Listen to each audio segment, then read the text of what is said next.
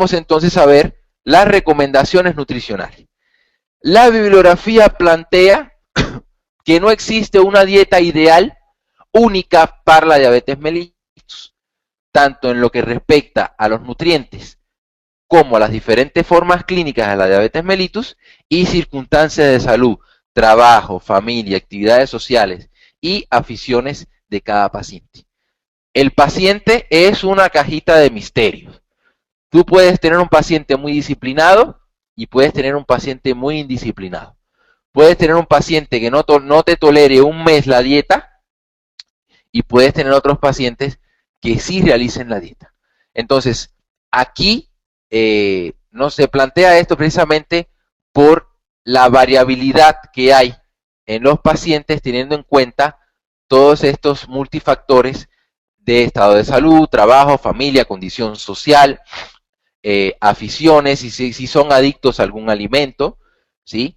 Pero nosotros, dentro de todo este proceso, debemos tener presente que la dieta debe ser importante y debe ser dirigida en dependencia de la individualidad bioquímica de ese paciente.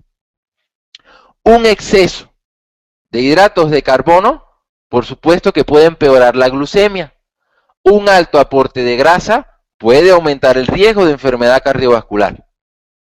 Un gran aporte de proteína en la dieta puede favorecer el desarrollo de nefropatía diabética. O sea que nosotros tenemos que controlar muy bien la dieta, porque todo en exceso en estos pacientes me va a traer una complicación por el deterioro y el trastorno metabólico que se presenta en esta patología. Entonces, aquí nosotros con la dieta debemos tener mucho cuidado en el cálculo de la energía y en los porcentajes que nosotros vamos a manejar en el caso de la diabetes.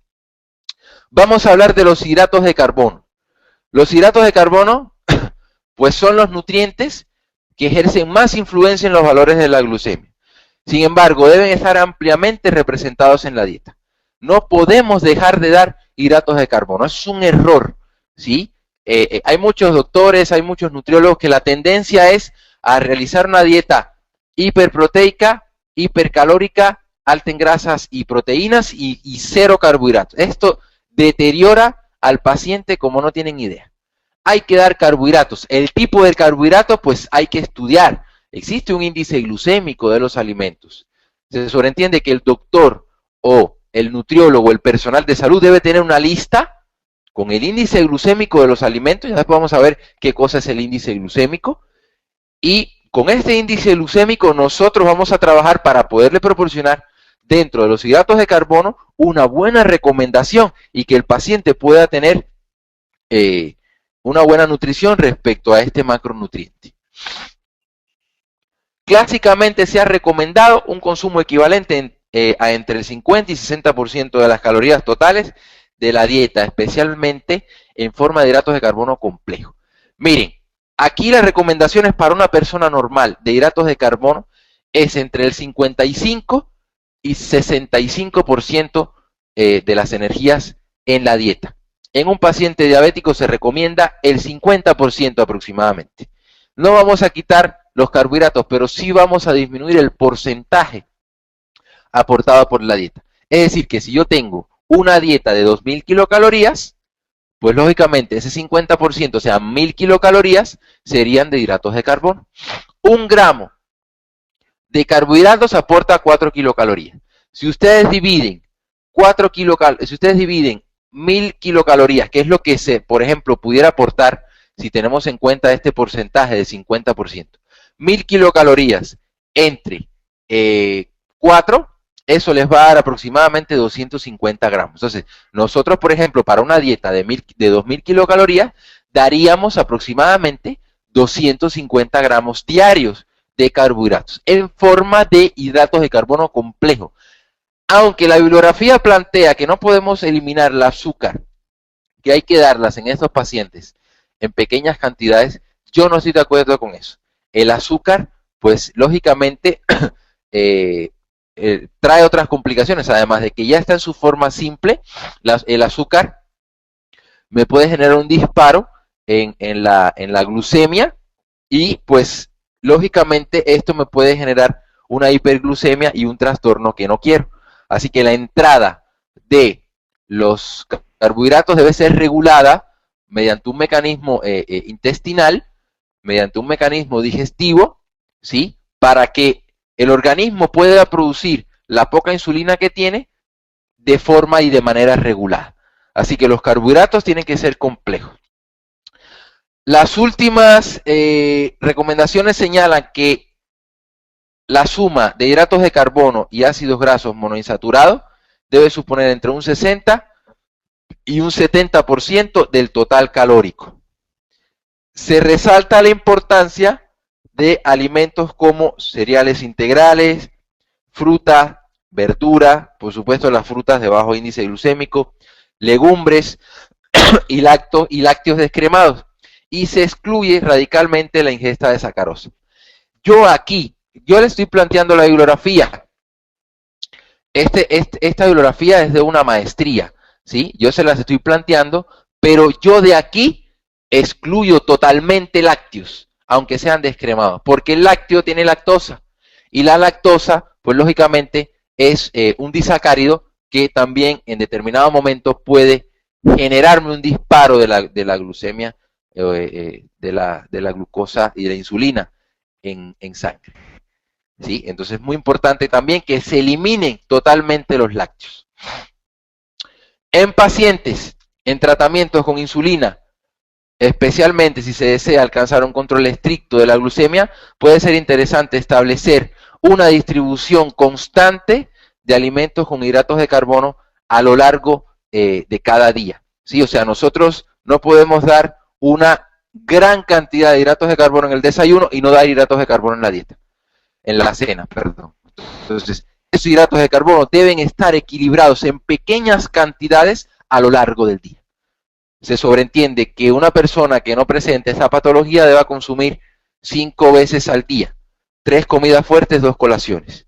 Un diabético debe hacer 6 comidas, 3 comidas fuertes y 3 colaciones, en donde en esas 6 comidas se distribuya en menor cuantía, en menor cantidad, pues los hidratos de carbono. Por ejemplo, si en una dieta de 2000 kilocalorías nosotros planteamos 250 gramos de hidratos de carbono, si ustedes dividen 250 gramos entre 6, que son los hidratos de carbono que nosotros vamos a proporcionar, y en las cantidades que lo vamos a ingerir, pues le va a estar dando la cantidad de hidratos de carbono que nosotros vamos a proporcionar en cada comida. 250 gramos entre 6, a mí se me hace que viene estando entre unos 40 gramos aproximadamente. Así que nosotros vamos a dar 40 gramos de hidratos de carbono. Por ejemplo, una remanada de pan integral pesa aproximadamente 3 gramos, 30 gramos, entre 30 y 40 gramos aproximadamente. Entonces ya no daríamos 2 rebanadas o 3, daríamos una. O sea, fíjense cómo se disminuye los hidratos de carbono. Ahora, es decir, deberán tomar cantidades similares de hidratos de carbono, como lo estaba planteando, en cada comida, con un horario semejante día a día. Es muy importante que en la diabetes se establezcan horarios estrictos y semejantes para nosotros poder establecer un ciclo circadiano de producción de insulina adecuado. No podemos un día desayunar a las 8 y el otro día a las 10. Tenemos que establecer si debe existir una disciplina en el consumo de estos pacientes, ¿sí? Entonces, es muy importante que se establezca esta recomendación. Si la cantidad y el horario de consumo de hidratos de carbono cambia mucho de un día a otro, puede ser difícil evitar variaciones importantes de la glucemia, pese al ajuste del número de unidades de insulina previo a cada comida. Es muy importante que nosotros tengamos en cuenta esta problemática. Idealmente, debe instaurarse un plan de alimentación basado en los hábitos alimentarios y estilo de vida de cada paciente para integrar el tratamiento nutricional con el de insulina o de medicamento en cuestión.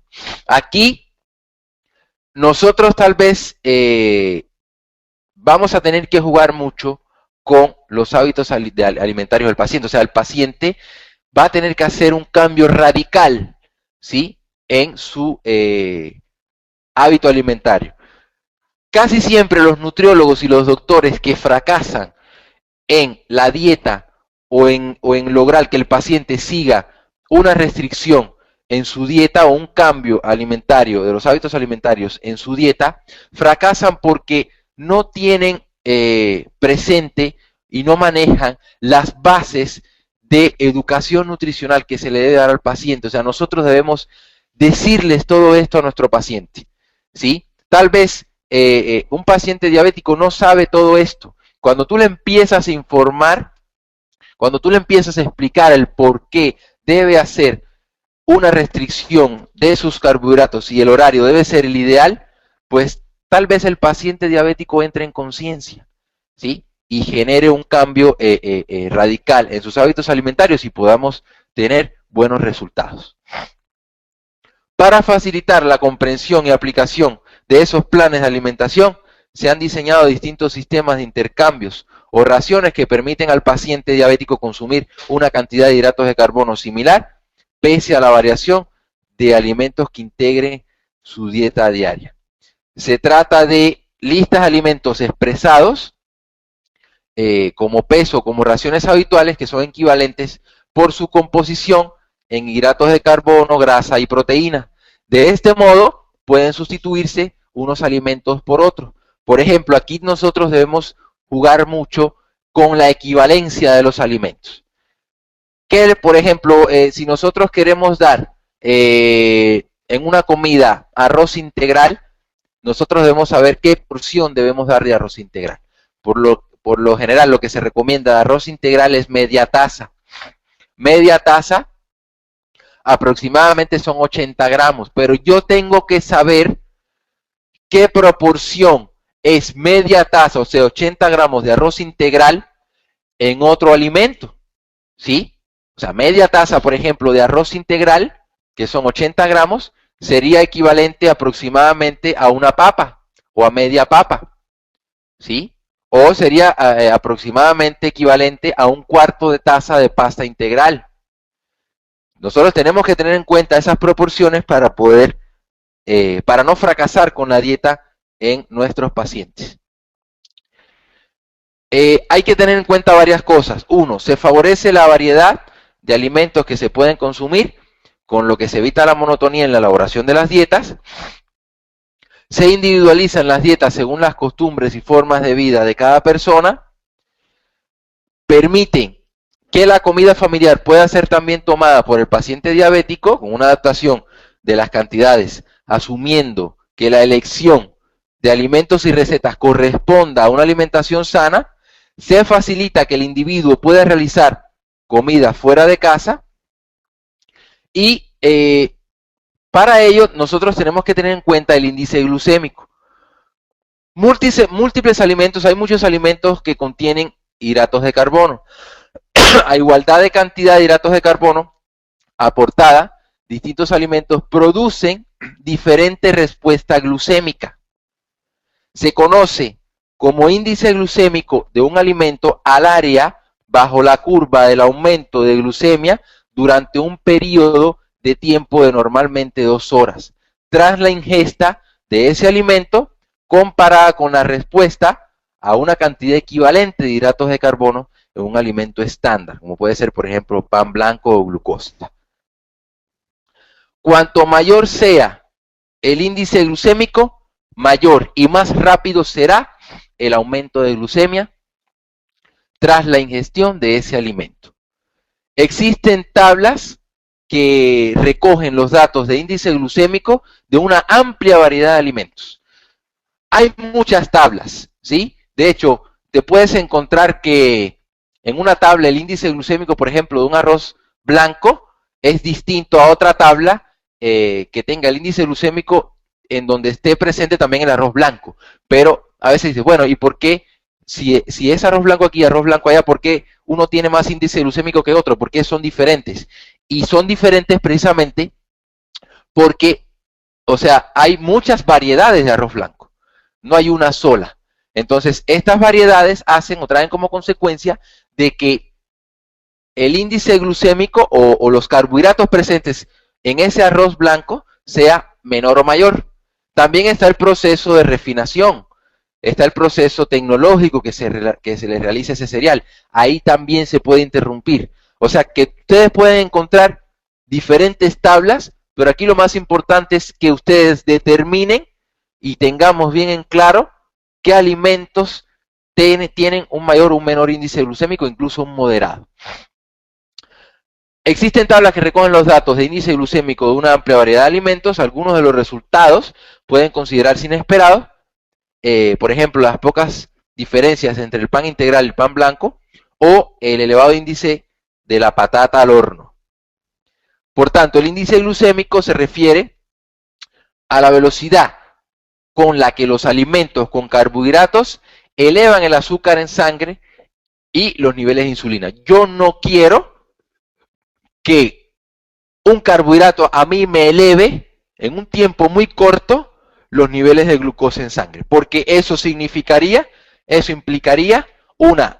un trabajo extra del páncreas que ya está afectado en la producción de insulina y como consecuencia una hiperglicemia. Un bajo índice glucémico o IG bajo son aquellos con un índice de 40 y menos. Los alimentos con un IG medio tienen un índice glucémico entre 40 y 50. Y los alimentos con un IG alto se clasifican más de 50. Si bien es cierto que existen trabajos que muestran mejor control glucémico con dietas basadas en alimentos de bajo índice glucémico, la consideración del índice glucémico no se ha incorporado a la rutina de la planificación del tratamiento nutricional de la diabetes. No se ha incorporado a la rutina por falta de conocimiento o por falta de actitud profesional o de ética profesional o de los doctores o de nuestros nutriólogos hacia el paciente, ¿sí? Por lo general, al nutriólogo, por lo general al doctor le gusta sacar una dieta debajo de la mesa y dársela al paciente en 15 minutos, ¿sí? Y generarle y poner una lista. Es muy fácil poner una lista. Come estos alimentos, come aquellos, y no comas esto y ponga estos alimentos. Eso es muy fácil hacerlo. Lo difícil es calcular el gramaje, proporcionar la cantidad. Sí, come arroz integral. Sí se puede comer arroz integral, pero no en grandes cantidades, ¿sí? Entonces, la cantidad es muy importante, el horario es muy importante. Y nosotros debemos tener esa consideración con nuestros pacientes. De hecho, les estoy diciendo, no realicen una dieta que sea sacada de 15 minutos. Mínimo en las dietas con mis pacientes, yo me demoro 2 horas. Yo me demoro 2 horas en hacerle una dieta a un paciente y me demoro 3 horas en hacerle un tratamiento integral. Por eso mis pacientes a veces tienen que esperar el otro día para yo poderles mandar el tratamiento, porque me demoro haciendo el tratamiento. No podemos, tenemos que quitarnos esa falta de ética de rápidamente en 15 minutos, listo, te doy la dieta, porque no puede ser así. O sea, no es la misma cantidad de alimentos, no todos los organismos responden igual. No obstante, alimentos habitualmente recomendados a los pacientes diabéticos como cereales integrales, verduras, legumbres se caracterizan de por sí por tener un bajo índice glucémico. Vamos a ver entonces, miren, esta es una tabla de alimentos con alto índice glucémico. Fíjense, aquí tenemos el jarabe de maíz y tengan mucho cuidado porque actualmente casi todos los alimentos o la mayoría de los alimentos que vienen industrializados tienen jarabe de maíz. Este jarabe de maíz es de alta fructuosa, ¿sí? Y este jarabe de maíz puede elevar el índice glucémico. Tienen almidón modificado. No existe un yogur, o muy pocos, que no tengan almidón modificado. El almidón modificado también puede generar los niveles de glucosa. Fíjense, están las patatas, el pan blanco, está el arroz soplado, el kuzu, el maíz, tortas de arroz, el puré de papas, la lasaña, la cerveza, el jarabe de trigo, la harina de arroz, todo esto son compuestos refinados, la leche de arroz, pan blanco, tenemos la calabaza, o sea, fíjense todos los alimentos. Lógicamente, no quiere decir que nosotros de aquí no vayamos a utilizar un alimento, pero tienen que ser los menos. Y estos alimentos, por ejemplo, de aquí, los más saludables que nosotros podemos utilizar sería el arroz. Debemos combinar el arroz con alimentos de bajo índice glucémico. Y aquí es donde está el problema. O sea, si vamos a proponer alimentos de alto índice glucémico, la relación de un evento de comida en donde tú combines alimentos de alto índice glucémico con alimentos de bajo índice glucémico debe ser aproximadamente un 20-80%. 80% para bajo índice glucémico y 20% para alto. De esta forma nosotros logramos equilibrar, pues logramos realizar una buena digestión y una regulación del paso de la glucosa a la sangre. Entonces, fíjense aquí los alimentos de alto índice glucémico, estos son los moderados. Tenemos los frijoles, tenemos la levadura, tenemos la mostaza, tenemos la quinoa, tallarines, yogur, garbanzos, tenemos la judía, ¿sí? Tenemos la leche de almendras, tomate, zanahoria, cereza, frambuesas, tenemos el chocolate, fresas, toronja, lentejas, ¿sí? De aquí sí podemos utilizar más alimentos, ¿sí? Así que una dieta que contenga alimentos de índice glucémico bajo y de índice glucémico moderado es la ideal. Altos alimentos o mucha cantidad de índice glucémico bajo, moderada cantidad de moderado índice glucémico y pocos alimentos con alto índice glucémico. Y tenemos los alimentos, bueno, perdón, la tabla pasada era con bajo, yo dije moderado, es bajo. Estos son los alimentos que nosotros queremos darle a nuestros pacientes, ¿sí? Alimentos con bajo índice glucémico. Y estos son los alimentos con moderado índice glucémico. Bien, tenemos el arroz integral, tenemos el albran, tenemos los guisantes, tenemos los jugos, tenemos el plátano, tenemos determinadas harinas, tenemos la piña, avena, tenemos el farro italiano es muy bueno, tenemos determinadas especies de trigo, bien, entonces son alimentos con los que ustedes pueden jugar y podemos realizar una dieta con estos, teniendo en cuenta estas tablas.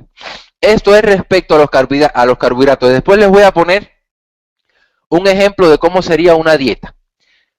Vamos a ver las proteínas. El aporte proteico de la dieta debe restringirse a entre un 10 y un 20% de las calorías totales, con un mínimo de 0.8 gramos por kilogramo por día, ¿sí? Aproximadamente. Los requerimientos son mayores en niños y en mujeres embarazadas o lactantes. En el mundo occidental el consumo suele ser superior a esta cifra.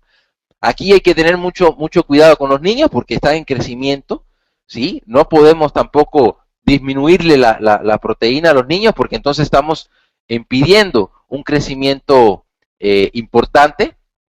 Entonces hay que jugar mucho con esto. Si el control glucémico no es bueno, las necesidades proteicas pueden ser algo superiores a esta recomendación, pero no se considera que deban exceder la ingesta habitual de proteína. El consumo excesivo de proteína contribuye a la hiperfiltración glomerular, lo que es claramente inconveniente en pacientes con diabetes mellitus. No podemos, de hecho ya los glomérulos están afectados. Si nosotros proporcionamos un alto contenido de proteínas, esto se puede complicar un poquito más, ¿sí? Entonces los glomérulos comienzan a deteriorarse y pues lógicamente empieza a haber un filtrado de esas proteínas por la orina y empiezan a arrojar alto contenido de proteína, por ejemplo puede ser la albúmina, en la orina. Por tanto, debe evitarse el exceso de proteínas en la dieta, casi con mayor énfasis que su déficit. Por otra parte, Es conocido que los aminoácidos, al igual que los ácidos grasos, estimulan la segunda fase de la secreción de insulina, por lo que es útil incluir proteínas y grasas en cada toma de alimentos. Así que vamos a incluir proteínas y grasas, pero en cantidades moderadas. En cuanto a las grasas, la grasa no modifica la glucemia, pero aumenta el contenido calórico de la dieta, y hablamos de la mitocondria, de las especies reactivas de oxígeno, hablamos de los cuerpos cetónicos. Las grasas disminuyen el efecto termogénico de los alimentos, favorece la obesidad, la hiperlipidemia, el desarrollo de enfermedad cardiovascular. Como la población general, los pacientes con diabetes mellitus deben consumir una dieta con menos del 10% de las calorías totales, como grasa saturada y poliinsaturada respectivamente. Todos estos son cálculos que se realizan, y pues no sé si más adelante podamos realizar una conferencia en donde yo les enseñe a calcular estas energías para que también puedan tener beneficios respecto a la dieta. Porque les digo, hay muy pocos nutriólogos que generan una dieta beneficiosa para los pacientes con esta patología. ¿Por qué? Porque no le dedican el tiempo necesario que debe tener desde el punto de vista científico el hecho de realizar una dieta para estos pacientes. El colesterol de la dieta debe ser inferior a 300 miligramos por día. Esto se calcula en software, en sistemas automatizados, y una vez que usted hizo la dieta, pues existe un software donde usted la puede evaluar. Lógicamente, si los resultados arrojan colesterol por encima de los 300 a 200 miligramos por día, pues entonces hay que volver a reestructurar esta dieta, porque en los pacientes diabéticos el LDL colesterol está elevado y no queremos pues que se siga complicando esta situación. Se ha propuesto en pacientes diabéticos tipo 2 la sustitución de hidratos de carbono por grasas monoinsaturadas, porque así se disminuyen las concentraciones de glucosa y triglicéridos en mayor cuantía que con dietas más ricas en hidratos de carbono. Sin embargo, esta sustitución no es fácil de hacer en la práctica por falta de costumbre y por una cierta limitación de la variedad de la dieta. Entonces, aquí tienen dos opciones: o entrarle con todo al paciente y decir, usted va a comer esto si se quiere curar o si quiere tener buenas recomendaciones, o tolerar las malacrianzas del paciente. Yo en mi caso me voy por la primera. Yo con mis pacientes soy un ogro, ¿sí? Y vas a comer esto y aquí no me interesan tus hábitos alimentarios. ¿Por qué? Porque me interesa más tu salud. Aparentemente puedo ser malo, pero no estoy siendo malo, me estoy preocupando por su salud. Y después vienen y me lo agradecen. Oye, es verdad, me siento mejor, tengo más energía, ya me quité los vicios, y el paciente te lo agradece. Tal vez el primer mes de tratamiento sea extenuante para el paciente, pero ya después que el paciente se acostumbra al tratamiento, pues entonces se pueden obtener tremendos resultados. Los alimentos ricos en ácidos grasos monoinsaturados, como aceite de oliva, aceitunas, aguacates o frutos secos, son ricos en calorías, y si no se hace una dieta correctamente hay riesgo de incrementar su contenido calórico total. Entonces, nosotros estos alimentos debemos saber combinarlos dentro de la dieta. No podemos darlos todos. Tal vez en una dieta podamos utilizar aceite de oliva en pequeñas cantidades con frutos secos, almendras, nueces, cacahuate en dependencia del tipo de sangre. Recuerden que aquí vamos a estar jugando con el tipo de sangre, ¿no? Si yo soy tipo O, yo no puedo comer cacahuates, me afectan las aflatoxinas de los cacahuates, tengo que comer nueces, tengo que comer almendras, ¿sí? Si soy tipo B o si soy tipo A, yo no puedo consumir nueces almendras, porque las nueces almendras me afectan con el metabolismo de la insulina, o sea, me genera más problemas del que ya tengo. Entonces, todas esas cosas hay que tenerlas en cuenta, ¿sí? Recuerden que hay que leerse el libro de Peter Adamo, Dieta por tipo de sangre. Aquí es muy importante que, independientemente de los grupos de alimentos que nosotros vayamos a utilizar, pues tenemos que tener en cuenta el tipo de alimento que vamos a dar y la cantidad. En pacientes con diabetes mellitus tipo 1 no se recomienda esta sustitución de hidratos de carbono por grasa monoinsaturada, por no existir tantos datos sobre sus consecuencias metabólicas. En ellos la proporción de macronutrientes debe seguir la formulación clásica de la ADA, que es una organización que recomienda pues las recomendaciones nutricionales para estos pacientes. Fibra, la fibra aquí es importantísima, la fibra debe estar presente en la diabetes, aunque no existen diferencias en cuanto a la cantidad o tipo de fibra en comparación con la población general, o sea que estaríamos dando aproximadamente entre 25 y 30 gramos de fibra. Claro, es muy difícil que un paciente normal genere una dieta de este índole, o sea, de una fibra de 25 o 30 gramos. Imagínense un paciente con diabetes que la energía está restringida, ¿sí? Entonces hay que tener mucho cuidado. La fibra insoluble, como la que está presente en los cereales o el arroz integral, modifica poco la glucemia postprandial y tiene mayor influencia sobre la masa fecal y el tiempo de tránsito intestinal.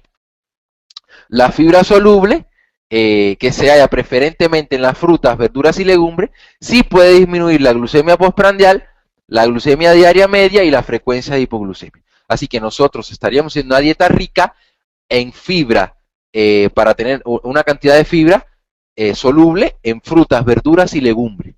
Por eso su consumo habitual puede reducir los requerimientos de insulina. La fibra alimentaria puede mejorar también el perfil lipídico por disminución compensadora del consumo de alimentos ricos en grasa y cambios en el metabolismo lipídico que conducen a concentraciones menores de LDL colesterol.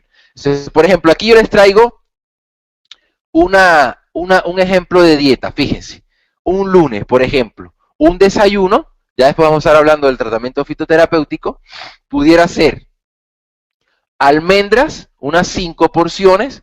Fíjense cómo yo aquí reduzco las cantidades. Galleta integral. Aquí la galleta integral que yo recomiendo son las galletas integrales habaneras.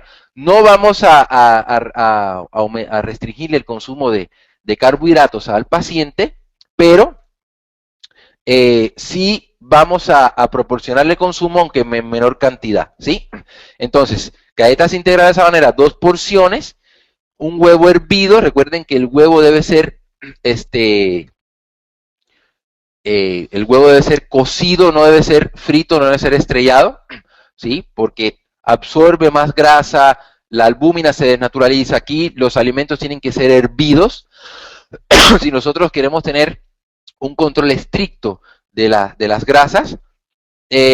No tiene nada de malo consumir la yema del huevo, a pesar de que en los pacientes esté aumentado el colesterol, pues es muy importante que nosotros consumamos colesterol en nuestra dieta debido a la importancia del colesterol.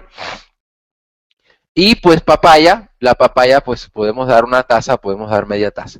Diente de león, que es un té, el té me va a propiciar, en este caso el diente de león, una buena digestión. Y en un horario, fíjense cómo yo establezco el horario, de 6 a 8 de la mañana. O sea que el paciente tiene ese horario para consumir. Preferentemente a las 7.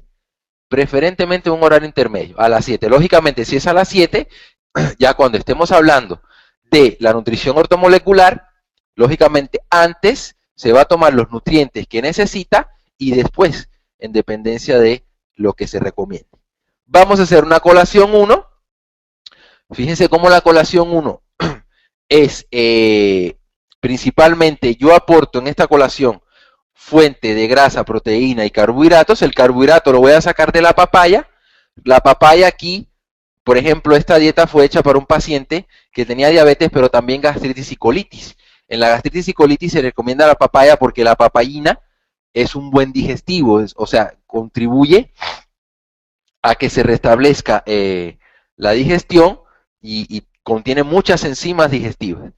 Nueces, 10 porciones, y esta más o menos vendría siendo la colación. La colación no debe ser más cargada porque ya después la comida es muy importante que la haga, y pues si hace una colación muy fuerte, entonces el paciente no va a tener hambre para la comida. Fíjense, el horario de la colación es de 9 a 11 de la mañana. Por supuesto, si mi paciente desayunó a las 7, pues lógicamente en la mañana el horario de comida en un paciente diabético del tipo que sea, debe ser cada 3 horas. El paciente debe comer cada 3 horas. Si desayunó a las 7, pues por supuesto la colación 1 va a ser a las 10, ¿sí? Si desayunó a las 6, pues la colación 1 va a ser las 9. Más o menos por ahí estaríamos rondando con el horario. Una comida de 12 a 2, por supuesto, si mi paciente hizo la colación 1 a las 9, pues va a ser a las 12. Si la hizo a las 10, va a ser a la 1 la comida. Fíjense la colación: arroz integral, pollo a la plancha, puede ser pollo hervido, un muslo. Fíjense cómo yo disminuyo el consumo de proteínas aquí. Arroz integral media taza, son solamente 80 gramos. Brócoli, fíjense cómo yo cargo mi comida en alimentos que de moderado y de bajo índice glucémico. Aquí no existe un alimento de alto índice glucémico. Arroz integral, pollo a la plancha, brócoli, lechuga, champiñón, tomate y aceite de oliva, una cucharadita. Entonces yo puedo hacer una ensalada, por ejemplo, de pollo con verdura, y le añado una cucharadita de oliva extra virgen para poder utilizar la vitamina E y los componentes beneficiosos que tiene. Todo eso con arroz integral, estás haciendo una muy buena comida para tu paciente. Colación 2. En la colación 2, pues por ejemplo, podemos dar verdura, podemos dar frutas también, que tienen índice glucémico. En este caso, yo mantuve la papaya. Podía haber yo proporcionado aquí manzana, podía haber proporcionado pera, podía haber proporcionado piña, en dependencia, ¿sí? En este caso, mi paciente, pues le di a elegir entre entre esas frutas, eligió la papaya, y pues le puse la papaya y se sintió contento. La colación 2, bueno, aquí no puse el horario, pero la colación 2, el horario está entre aproximadamente 4 y 5 de la tarde, ¿sí? Si, si comí a la 1, pues entonces voy a tener la colación 2 a las 4. Si comí a las 2, la colación 2 va a ser las 5. Y por último, una cena, que puede ser un pan integral, 2 rebanadas. Si en este caso el paciente no tenía tantas complicaciones, si la glucosa está por encima, por ejemplo, de los 200 miligramos por decilitro, sí se recomienda que ese pan integral, que son 2 rebanadas, se reduzca a una rebanada. La marca de pan integral que yo recomiendo siempre es Nature Ounce, ¿sí? Hay que tener mucho cuidado con otras marcas. No voy a mencionar las marcas para no pues meterme en problemas, pero las marcas, hay muchas marcas que te dicen que son integrales y no lo son. La marca en la que más yo confío es en la Nature Ounce. 2 rebanadas, fíjense, proponemos atún, el atún pues media lata. El atún aquí es muy importante que quitemos, por ejemplo, la salmuera del atún, lo enjuaguemos, ¿sí? Para quitar salmuera. Recuerden que el atún en lata puede tener mercurio, y ese mercurio puede ser no beneficioso para nuestro organismo. Entonces, aquí lo más importante es que enjuaguemos ese atún enlatado. Me preguntarán, bueno, atún fresco. El atún fresco, ya la mayoría del atún fresco está viniendo transgénico. Tiene una mezcla de genes de tilapia con otros peces, y pues yo recomiendo más el atún en lata, que es más natural que el atún fresco, aunque venga enlatado. Lógicamente, el atún que estaríamos utilizando aquí es el atún de agua, no es el atún en aceite. Brócolis, aquí se propone una taza, cebolla 1/4 de taza, aceite de oliva, tomate.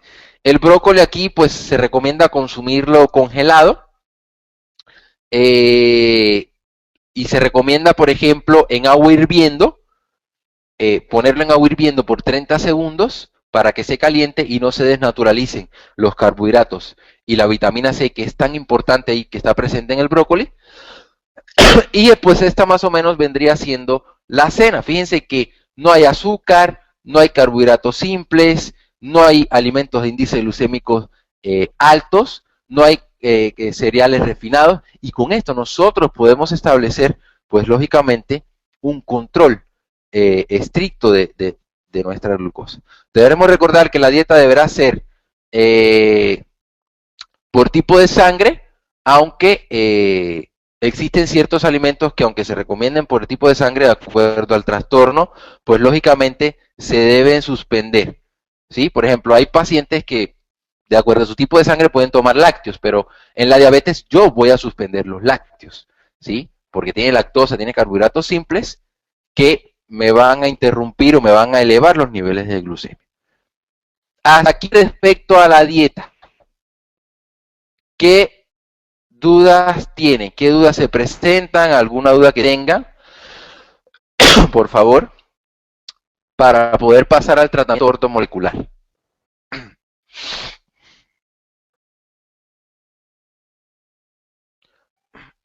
¿Alguna duda, Rosy, que tengan los alumnos?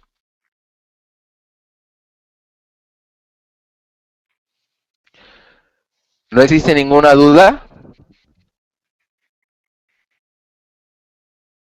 Recuerden que pueden poner la duda en el Pues, como comentario aquí en el chat. sí, aquí tenemos en la lista de asistentes, Ricardo García tiene la manita levantada, vamos a abrirle el audio, doctor. Adelante, ¿Aló? ¿Me Ricardo. escucha? Sí, adelante. Mire, estaba Claro que sí, viendo Ricardo, cuatro. te escuchamos. Buenas tardes, doctor.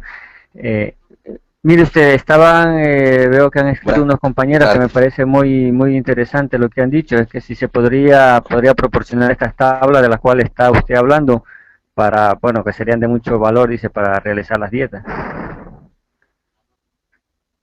Ah, claro que sí, por supuesto. De hecho, estas conferencias, no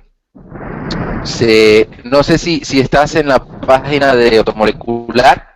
Sí, estoy en Si no ella. estás inscrito en la página de Automolecular, bueno, si estás inscrito, pues entonces estas conferencias, pues ya después Isaac las pone en digital de tal manera de que ustedes las pueden ver y, o si no, pues yo te doy mi correo y te las mando. Pues no hay ningún tipo de problema. Aquí lo importante es que se comparta la información y ustedes puedan contar con esto, ¿no? Para realizar una buena dieta. Muy bien, muchas gracias. Sí. Claro que sí, mi estimado. A ver, dime. A ver, ¿qué otras preguntas hay?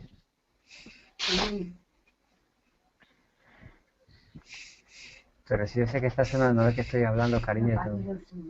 Pero espera que termine, no es que estoy hablando y...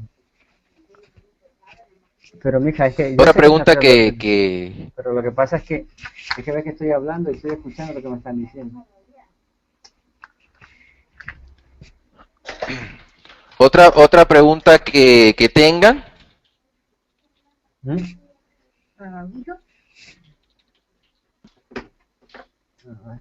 Carlos. Creo que no, doctor, no sé si las del chat ya están, ya las pusieron las personas. Pueden levantar su manita, se les recuerda para que se les abra su audio. Bueno,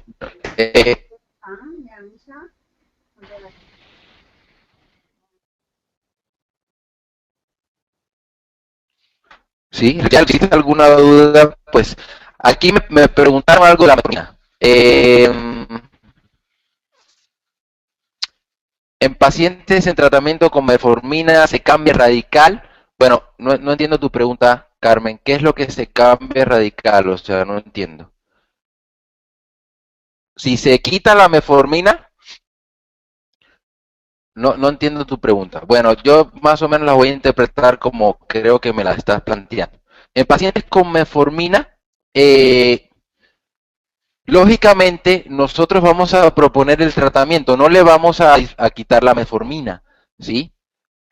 Vamos a proponerle un tratamiento y poco a poco, ¿qué hago yo con mis pacientes? Por ejemplo, en estas 2 remisiones completas que tuve en diabetes mellitus tipo 2, yo empecé con un tratamiento, lógicamente los pacientes estaban tomando metformina. Empecé con mi tratamiento y, por ejemplo, al mes del tratamiento, a los 15 días del tratamiento, no al mes, a los 15 días del tratamiento, reduje el tratamiento con metformina a la mitad. Y indiqué a mi paciente que se hiciera un estudio para ver cómo estaban los niveles de glucosa. Los niveles de glucosa con el tratamiento a la mitad estaban controlados. Y en un mes le quité la metformina y le volví a hacer un estudio a mi paciente y seguían controlados. O sea, nosotros debemos ir con tratamiento integral, ir viendo si podemos ir disminuyendo las dosis de metformina, porque aquí vamos a ver en el tratamiento ortomolecular que vamos a dar una serie de nutrientes que ayudan, que son hipoglucemiantes, que nos van a ayudar a reducir la glucosa, nos van a ayudar a controlar la glucosa y que además no tienen los efectos tóxicos que puede tener la metformina, ¿sí? Entonces, ese es el objetivo. El objetivo es proporcionar este tratamiento ortomolecular para disminuir lógicamente los medicamentos, si no, no estamos haciendo nada, ¿no?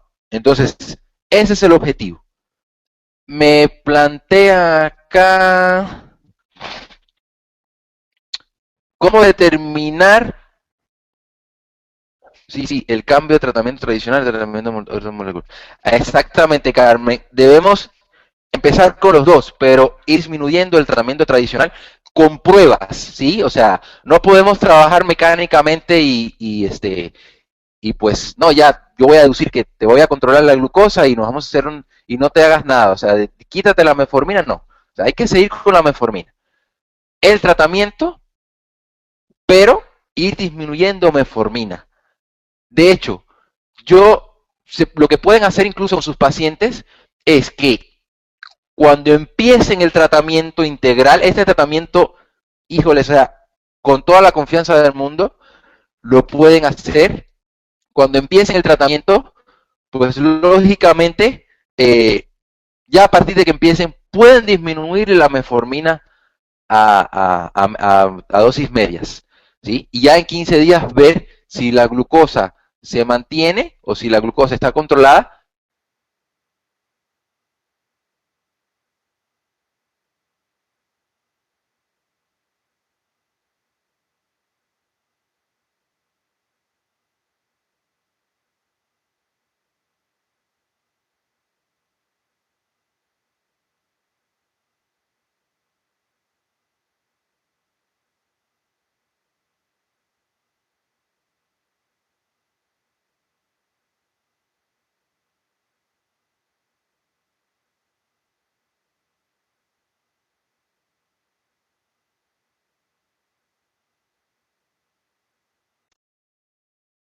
Necesita un paciente para realizar las funciones mínimas del organismo. Después, que hay es el metabolismo basal por las ecuaciones de Harry-Benedict, calcula su actividad física.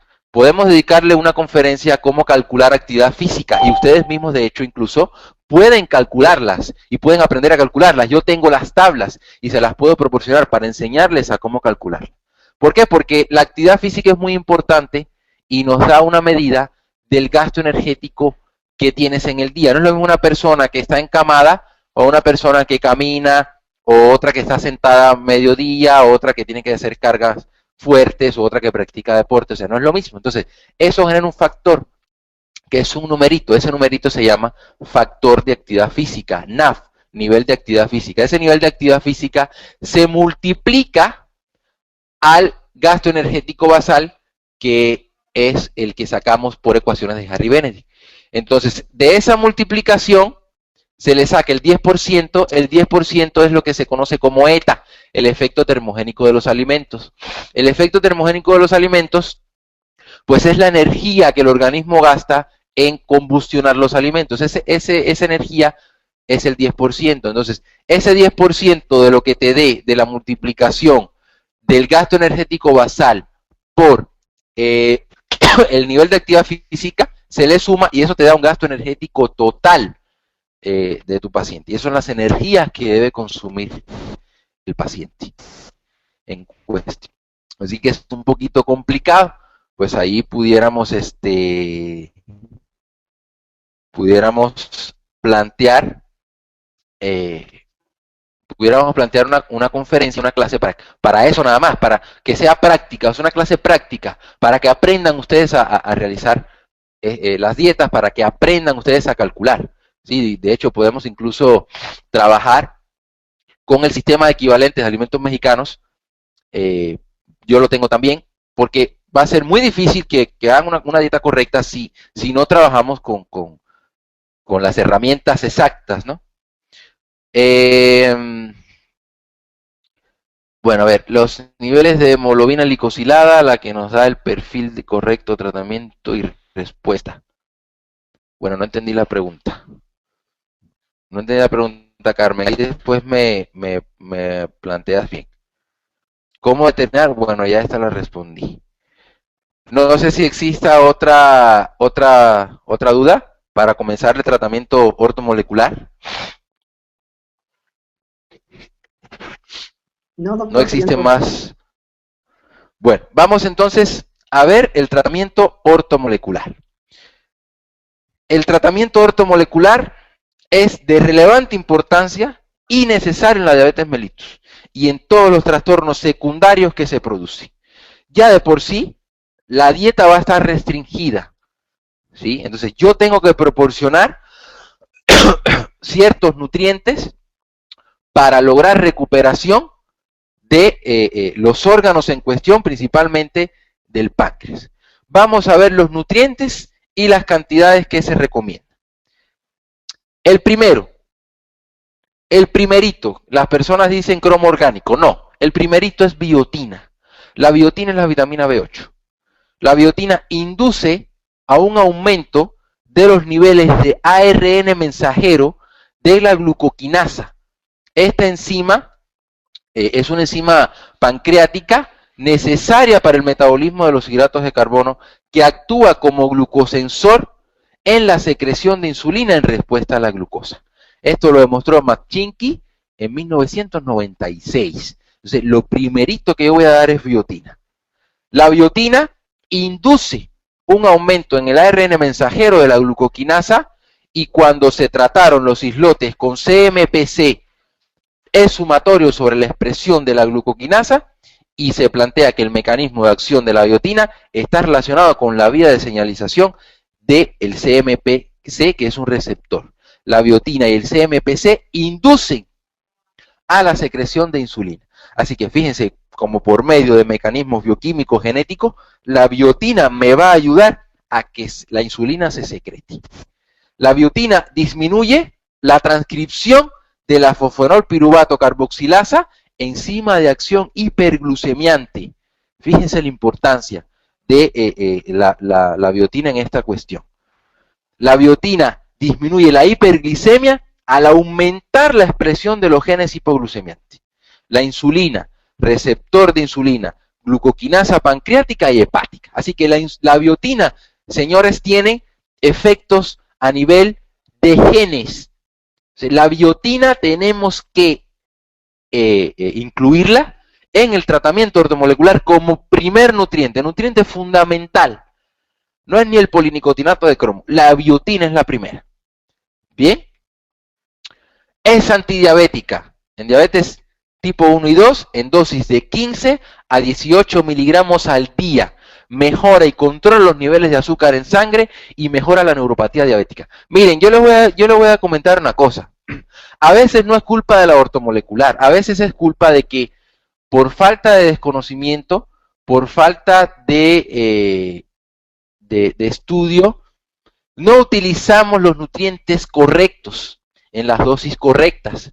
Es muy difícil, muy difícil en esta ciencia dar con un tratamiento, ¿sí? En nutrientes correctos y dosis correcta. Es muy complicado.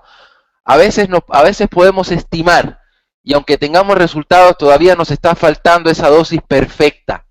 Entonces lo que yo estoy tratando de hacer aquí es darles a ustedes los nutrientes que no deben faltar en las dosis correctas, ¿sí? Lógicamente puede variar un poco, pero lo que no varía es los nutrientes que tienen que dar. O sea, la biotina es el primerito que hay que dar. La biotina, fíjense, reduce los niveles de triglicéridos en plasma en pacientes con diabetes tipo 2. Así que fíjate, ya por aquí estoy tratando la glucosa a nivel genético estoy induciendo a la producción de insulina y de paso, pues me estoy dando el lujo de reducir los niveles de triglicéridos que casi siempre se encuentran aumentados en los pacientes diabéticos tipo 2. La biotina mejora el estatus del diabético, dosis de 16 miligramos al día disminuye la hipertrigliceridemia en los tipo 1. En la diabetes tipo 2 se administra 9 miligramos al día. Claro, estas dosis, recuerden, pueden variar. Habíamos dicho que de 15 a 18 miligramos aproximadamente. Su déficit puede generar disfunción en el sistema nervioso por anormalidad en la enzima biotin dependiente de piruvato carboxilasa, y esto se da solamente en diabéticos. También se necesita combinar con niacina, porque la síntesis de niacina depende de la biotina. Entonces, fíjense cómo nosotros vamos a dar niacina también. Bien, ya más adelante vamos a explicar. Pero la biotina no puede faltar. Dosis, la estándar es de 15 a 18 miligramos. En caso de hipertrigliceridemia, en diabético 1, 16 miligramos al día. Y en caso de hipertrigliceridemia en diabético 2, 9 miligramos al día. Yo propondría de 15 a 18 miligramos. Aproximadamente. De 15 a 18 puedes empezar con 15 miligramos distribuidos en las comidas. Tal vez si la biotina me va a hacer ese efecto en el organismo, podemos utilizarla antes de las comidas, o sea, podemos utilizarla antes de desayuno, antes de comida y antes de cena, ¿sí? La podemos utilizar y entonces va a traer estos efectos beneficiosos de la biotina. Bien, podemos recomendar biotina también después del desayuno, después de comida y después de cena. Es a decisión de ustedes. Tal vez después de desayuno, después de comida, después de cena, no haga el efecto que esté recomendado o que ya estaba planteado en las diapositivas, como si lo diéramos antes. Entonces es muy probable que yo casi siempre lo doy antes, ¿sí? En dependencia del paciente. Por ejemplo, si el paciente tiene gastritis con colitis, pues entonces sí lo doy después, pero si no, entonces es recomendable darlo antes. Un segundo nutriente que no puede faltar. ¿Existe duda con la biotina? ¿Quedó bien clara la biotina? Fíjense, yo les voy a proponer, yo no les voy a hablar de la biotina, yo les voy a hablar de la importancia de los nutrientes en el trastorno que estamos tratando, ¿eh? No estamos hablando de, la biotina sirve para más cosas, pero, o sea, estamos sacando un resumen para la patología en cuestión. El segundo que hay que dar, la vitamina B6. Sin vitamina B6, nuestro organismo sería incapaz de fabricar glóbulos rojos y blancos, hormonas, insulina, adrenalina, anticuerpos, neurotransmisores y enzimas. Así que la vitamina B6 está muy vinculada a la producción de insulina. Bien, el déficit de vitamina B6 altera el metabolismo de los omega 3, metabolismo que ya está alterado en los pacientes con diabetes. Bien, la vitamina B6 tiene acción sobre el azúcar al disminuir la hemoglobina glicosilada. Y ya por aquí estoy respondiéndole tal vez la pregunta a la doctora Carmen. ¿Sí? En este perfil de los pacientes que tienen hemoglobina glicosilada elevada, la vitamina B6 no puede faltar. Y si no tiene el paciente la hemoglobina glicosilada elevada, hay que darla para que no se le eleve. Entonces, la vitamina B6 mejora la síntesis de insulina y favorece el paso de glucógeno a glucosa para la producción de energía. La toma de vitamina B6 o piridoxal, esta es la forma activa de la vitamina B6, está la piridoxina, en ortomolecular tenemos la piridoxina, pero se están haciendo ya las gestiones para producir el piridoxal, P5, es la parte activa de la vitamina B6, puede prevenir la diabetes tipo 2 y además la puede tratar. Bien, fíjense la importancia. La vitamina B6 tiene propiedades antiglicativas, disminuye la concentración en plasma de la reacción de Amadori de fosfatidiletolamina, el cual provoca estrés oxidativo, que está muy asociado en estos pacientes con diabetes. la toma de piridoxal y vitamina B6 inhiben la glicación y por lo tanto podrían utilizarse en la prevención de diabetes y en el tratamiento de diabetes mellitus tipo 2. Eso está demostrado en el 2006. El piridoxal